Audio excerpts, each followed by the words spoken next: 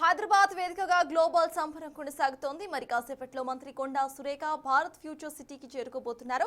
ఇందులో భాగంగా అటవీ పర్యావరణం దేవాదాయ శాఖపై సమిట్ వేదికగా బ్రీఫింగ్ ఇవ్వబోతున్నారు. ప్రధానంగా అటవీ పర్యావరణం దేవాదాయ శాఖలో ఈ 2 నెలల్లో రేవంత్ రెడ్డి సర్కార్ చేపట్టిన అభివృద్ధి అంశాలపై మాట్లాడుతున్నారు. ఇక రాబోతున్న రోజుల్లో తన శాఖలకు సంబంధించిన అభివృద్ధి అంశాల ఎజెండాను వివిధ కంపెనీల ప్రతినిధులకు వివరించబోతున్నారు. అదేవిధంగా ప్యానెల్ డిస్కషన్స్ లోనూ మంత్రి కొండా సురేఖ పాల్గొనబోతున్నారు.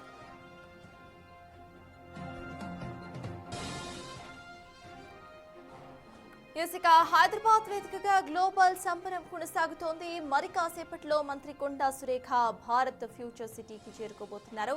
ఇందులో భాగంగా అటవీ పర్యావరణం దేవాదాయ శాఖపై సమిట్ వేదికగా బ్రీఫింగ్ ఇవ్వబోతున్నారు. ప్రధానంగా అటవీ పర్యావరణం దేవాదాయ శాఖలో ఈ 2 నెలల్లో రేవంత్ రెడ్డి సర్కార్ చేపట్టిన అభివృద్ధి అంశాలపై మాట్లాడతారన్నారు.